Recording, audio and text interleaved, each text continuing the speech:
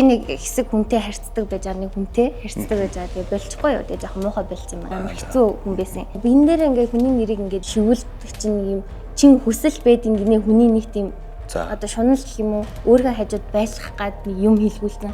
Тэднэр нь ингээд хослоод над руу ингээд нэлийн хүчтэй юм ингээд явуулсан. Йоо. Тэгэн удаа мань нөхөр чамд юм хийлгэсэн гэсэн үгээс сая. Тийм. Хөлийн тушин хажуудаа уян чиглүү одоо үүдэн чинь нэг юм саарал цэцэгтэй палацтай хүүхэн зогсоод байсан. Йоо. Бүр ийшт ингээд эн тент ингээд юм байгаа юм шиг харагдаад би ч бүр ингээд цочиж мочдөг болсон. Ингээ юмнаас амар цочиж ингээ хурдан айж майдаг болсон. Салгаж малгалдаг болсон. Нэг л биш болоо. Нэг л биш болоо. Тэгэл халуураал. Муухан асуулт. Гэхдээ тэр хүн хэдэн настай хүн бэ? Хэлмээргүй наа. Гэхдээ ямар ч лсэн олонний танил мөн гэсэн. Үдчихвэл би амар зовсон шүү. Яа.